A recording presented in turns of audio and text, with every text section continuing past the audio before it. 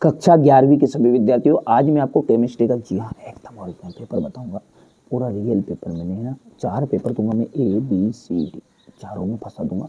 MP board की नज़र से बचने के लिए हमें भी तो कुछ उपाय करना पड़ेगा, इसलिए हम पूरा डायरेक्टली एक ही वीडियो में पूरा पेपर नहीं बताऊंगा, कुछ प्रश्न इसमें बता दूंगा, कुछ उसमें तो 4 पेपर दूंगा, ABCD देख लेना बेटा, जिनको वास्तव में नंबर चाहिए।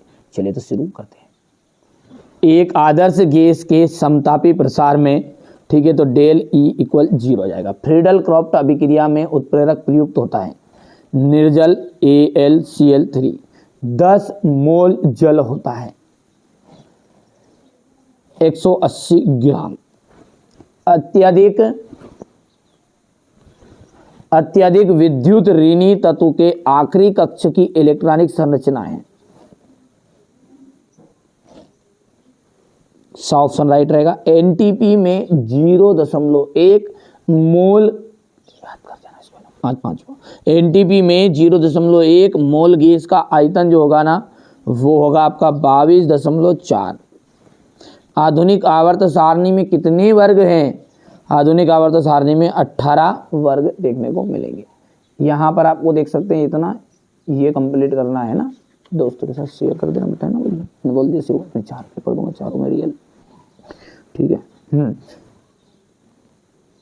जी क्वेश्चन नंबर 3 रहेगा, 4 रहेगा, 5 और 6 है। तत्वों के रासायनिक गुण उनके परमाणु संरचना पर निर्भर करते हैं। तो यहाँ पर लिख देते हैं परमाणु की संरचना। डी ब्लॉक के तत्व संक्रमण तत्व कहलाते हैं। दहन उष्मा का मान सदैव, दहन उष्मा का जो मान होता है ना, वो सदैव ऋणात्मक होता है।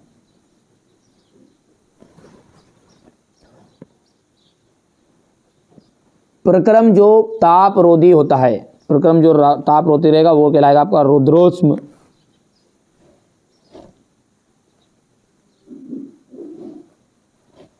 रुद्रोष्म। यौगिक तत्व में तत्वों का सरलतम अनुपात मूलानुपाती सूत्र कहलाता है। तो सरलतम हो जाएगा इसका, ये आपका यहाँ पर हो जाएगा, ठीक है भैया।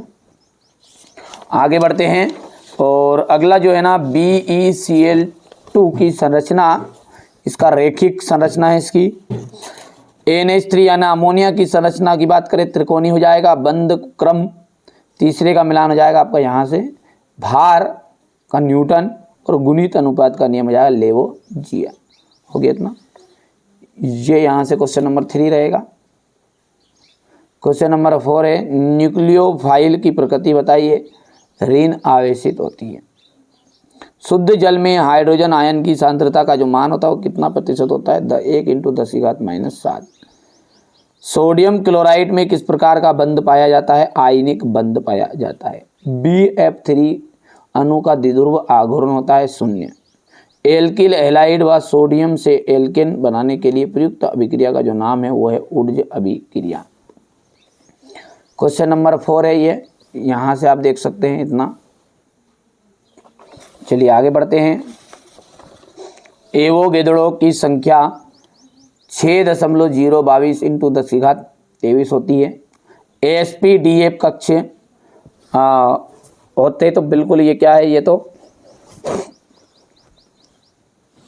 आगे देखते हैं। यहाँ से अपन विकर्ण संबंध है, ये सत्य आप कंप्लीट कर सकते हैं ना, ये यहाँ से देखेंगे। यहाँ से आपके लिए खास चीज़ है, क्योंकि ये आपके क्वेश्चन आंसर जरूर आएंगे।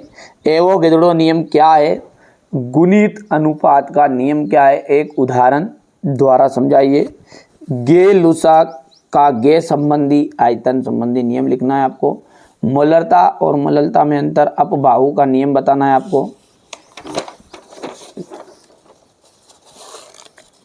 N+L नियम क्या है? P ब्लॉक के तत्व किसे कहते हैं? मुख्य लक्षण लिखिएगा। परमाणविक त्रिज्या तथा आयनिक त्रिज्या को समझाइए। हाइड्रोजन बंध से आप क्या समझते हैं? अनुनाद से आप क्या समझते हैं? हेनरी के नियम को बताना है। सम आयन प्रभाव से आप क्या अभिप्राय है, कार्बनिक यौगिकों में कार्बन तथा हाइड्रोजन का परीक्षण किस प्रकार होता है। ये हो गया इतना। क्वेश्चन नंबर 13 देख सकते हैं, समजातीय श्रेणी किसे कहते हैं, इसकी विशेषता है। प्रेरक प्रभाव क्या है, इसका उपयोग। लवण सेतु क्या है, इसके दो उपकार्य लिखने हैं आपको। विद्युत रासायनिक श्रेणी के प्रमुख उपयोग। डेनियल सेल का नामांकित चित्र बनाकर संक्षिप्त में समझाइए। प्रेरक प्रभाव तथा इलेक्ट्रोमैग्नेटिक प्रभाव में अंतर। पेपर क्रोमेटोग्राफी का सिद्धांत आपको बताना है। इसके बाद में आ जाएगा यहाँ से अपन बेंजीन से प्राप्त कीजिए क्लोरोबेंजीन, नाइट्रोबेंजीन, टॉलुइन, और ये बोर सिद्धांत के मुख्य दोष देना है आपको। कक्ष और कक्षक में